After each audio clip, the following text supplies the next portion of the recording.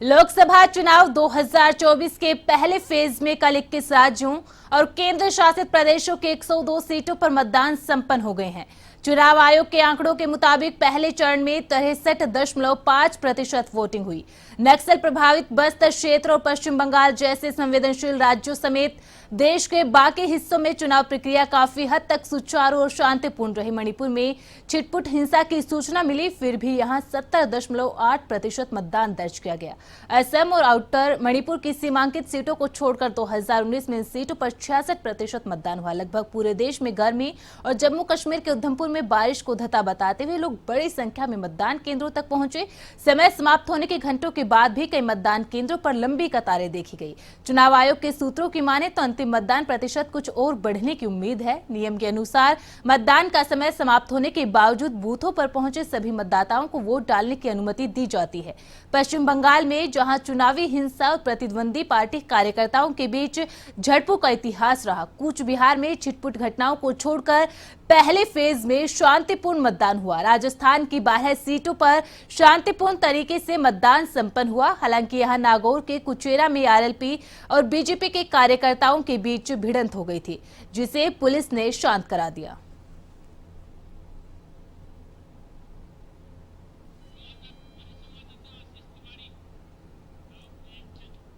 इस खबर पर ज्यादा जानकारी के लिए रुक कर लेते हैं हमारे वरिष्ठ संवाददाता आशीष तिवारी का।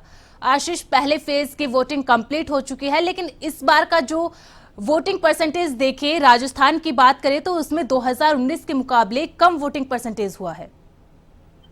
बिल्कुल हमेशा बताना चाहूंगा कि राजस्थान का वोटिंग परसेंटेज जरूर चिंताजनक है, लेकिन ओवरऑल पूरे 21 राज्यों की 102 सीटों पर प्रथम चरण में वोटिंग हुई है। 68% वोटिंग हुई है। लक्षद्वीप जहां पर 83% मतदान हुआ है, सबसे ज्यादा 21 राज्यों और केंद्र शासित प्रदेशों में जहां वोटिंग हुई है पहले चरण में 83% जो मतदान हुआ है लक्षद्वीप में, जो रिकॉर्ड बना है। तो वहीं सबसे कम अगर कहीं पर वोटिंग हुई है तो वो है बिहार जी। टॉप पर लक्षद्वीप, बॉटम में बिहार। तो वहीं पश्चिम बंगाल और मणिपुर में हिंसा देखने को मिली है। इसके अलावा अगर बात करें वोटिंग परसेंटेज को लेकर के राजस्थान की, तो राजस्थान में कहीं न कहीं निराशा का माहौल देखने को मिला लोगों के अंदर, जिसका परिणाम रहा कि लगभग 7% मतदान कम हुआ है। पिछले टेन्योर की अगर बात करें, 2019 की बात करें और 2024 की तुलना करें तो लगभग 7% का गेप है। और ये गेप किस वजह से रहा है? क्या मतदाताओं का रुझान कम रहा मतदान के प्रति, या फिर निर्वाचन विभाग की जो तैयारियां थी, जो जागरूकता के जो अभियान थे, स्वीप कार्यक्रम जो चलाए गए थे, उनसे कहीं न कहीं या लोगों तक जागरूकता करने की जो मुहिम थी, लोगों तक पहुंचने की बात थी, लोगों को जागरूक करने की बात थी, वो नहीं हो पाई। अगर मैं ओवरऑल बात करूं पूरी 21 राज्यों की जी, तो मैं बताना चाहूंगा अंडमान निकोबार में 63% मतदान हुआ है, अरुणाचल में 72% हुआ है, असम में 75%, बिहार में 48%, छत्तीसगढ़ में 67%, जम्मू कश्मीर यहाँ पर ये रोचक है आंकड़ा, राजस्थान से भी ज्यादा बड़ा आंकड़ा है, 68% मतदान जम्मू कश्मीर में हुआ। ये बड़ी बात है। लक्षद्वीप में 83% मतदान हुआ है। तो वहीं मध्य प्रदेश की, राजस्थान के पड़ोसी राज्य की बात करें तो 67% मतदान मध्य प्रदेश में हुआ है। महाराष्ट्र में बात करें तो 61% मतदान हुआ है। मणिपुर, जो कि पिछले कई महीनों या यूं कहूं कि साल भर से चर्चा का विषय था, लोकसभा चुनाव में चर्चा का सबसे बड़ा अगर मुद्दा था तो मणिपुर था, जहां पर हिंसा थी, लेकिन इसके बावजूद भी 72% मतदान वहां पर हुआ है। मेघालय में 74% मतदान हुआ है, मिजोरम में 56%, नागालैंड में 56% हुआ है, पुडुचेरी में 78%। तो वहीं राजस्थान का आंकड़ा चौंकाने वाला है, 57.26% मतदान हुआ है, जो कि चिंता का विषय है। और सेकेंड फेज में मैं जहां तक समझता हूं कि निर्वाचन आयोग भी पूरा दमखम लगाएगा, तो वहीं चुनाव लड़ने वाली पार्टियां हैं वो भी पूरा दमखम लगाएगी कि लोग घरों से बाहर निकले और वोट डाले, क्योंकि मतदान प्रतिशत है वो चिंताजनक है। सत्ताधारी दल बीजेपी के लिए भी ये नींद उड़ाने वाला फिगर है। तो वहीं दूसरी ओर अब इसके क्या मायने होंगे, राजनीतिक पंडित भी इसके कयास लगाने में जुट गए हैं कि ये परसेंटेज जो कम हुआ है इसकी वजह क्या है और ये किस ओर जाएगा। क्या मैंडेट बीजेपी की तरफ जा रहा है या फिर विपक्षी गठबंधन की ओर ये जा रहा है, और जिस प्रकार का जो माहौल बनाया गया था क्या उसका फायदा उनको मिल पाया कि नहीं मिल पाया है। सिक्किम की बात करें 80% मतदान हुआ है, तमिलनाडु में 69% हुआ है, त्रिपुरा में 81% मतदान हुआ है। तो वहीं उत्तर प्रदेश, जो कि राजस्थान का पड़ोसी राज्य है, वहां भी 60% से ज्यादा मतदान हुआ है। उत्तराखंड में 55%, पहाड़ी इलाका है वहां पर 55% और राजस्थान में 57%। तो कहीं न कहीं, और बंगाल की बात करें, बंगाल में, पश्चिम बंगाल में 80% मतदान हुआ है। ओवरऑल 68.29% का डेटा सामने आया है, 68% मतदान हुआ है।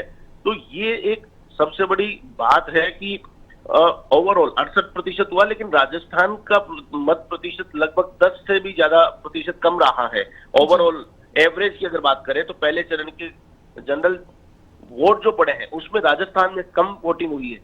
जी, अगर बात करें 2009 की, जी 2009 में 48% मतदान हुआ था, लेकिन 2014 में 61.66% मतदान हुआ, और ये वोटिंग प्रतिशत बढ़ा 2019 में 61 से बढ़कर के ये पहुंचा 64 पे, और अब रिवर्स हो रहा है 2024 में, जबकि डिजिटल युग हो चुका है, सोशल मीडिया हो चुकी है, जागरूकता है, लोग जानते हैं, अवेयरनेस बढ़ी है, लेकिन इसके बावजूद वोटिंग परसेंटेज कम हुआ है। 57% मतदान हुआ है 2024 में।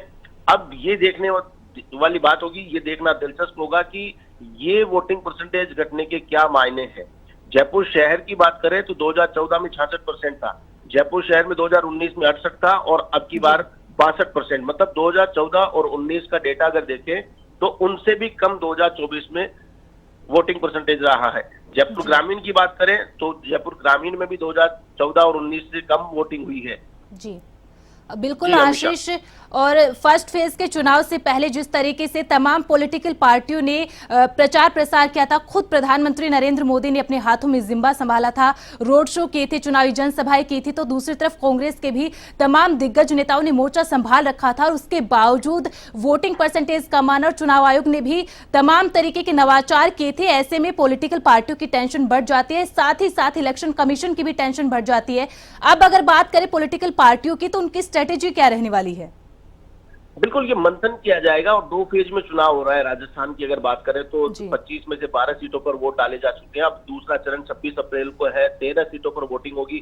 तो यहाँ जरूर रणनीति बनाई जाएगी, अपने नेताओं को, अपने पदाधिकारियों को रूट लेवल पर सबको एक्टिव किया जाएगा कि बूथ लेवल का जो कार्यकर्ता, बूथ मैनेजमेंट की जो बात की जाती है, एक एक मतदाता को घरों से निकाल करके पोलिंग बूथ तक ले जाने की जो रणनीति होती है, उसको कहीं न कहीं गंभीरता से लेने की बात की जाएगी, मॉनिटरिंग की जाएगी कि ये 12 सीटों पर वोटिंग कम हुई है तो क्या वजह रही, क्या मतदाताओं को निकाल करके लाने में उतनी गंभीरता नहीं दिखाई पदाधिकारियों ने, कार्यकर्ताओं ने, बूथ लेवल एजेंट्स ने। तो ये एक मंथन जरूर पार्टियां करेंगी, और पार्टियों के अलावा मैं ये भी समझता हूँ कि निर्वाचन आयोग भी यहाँ पर जरूर एक्शन लेगा, और कलेक्टर से भी चर्चा करेगा कि आखिर क्या वजह रही है, क्या गर्मी का मौसम ये वजह रही है, या फिर लोगों में वोटिंग को लेकर के जो क्रेज है वो नहीं देखने को मिला है। तो ये तमाम बातें हैं, क्योंकि अब राजनीतिक पंडित भी अपने अपने कयास लगाएंगे, सभी अपने अपनी जीत के समीकरण बताते हुए पार्टी के नेता नजर आएंगे कि वोटिंग प्रतिशत कम हुआ है तो वो किसके फेवर में है। हालांकि अब ये देखना काफी दिलचस्प होगा, 4 जून का इंतजार जरूर करना होगा। जी बहुत बहुत शुक्रिया आशीष, हमारे साथ तमाम जानकारी साझा करने के लिए। तो पहले फेज के चुनाव संपन्न हो चुके हैं, जहां 21 राज्यों के 102 सीटों पर मतदान हुआ था, और लोकसभा चुनाव के पहले फेज में 63% मतदान हुआ।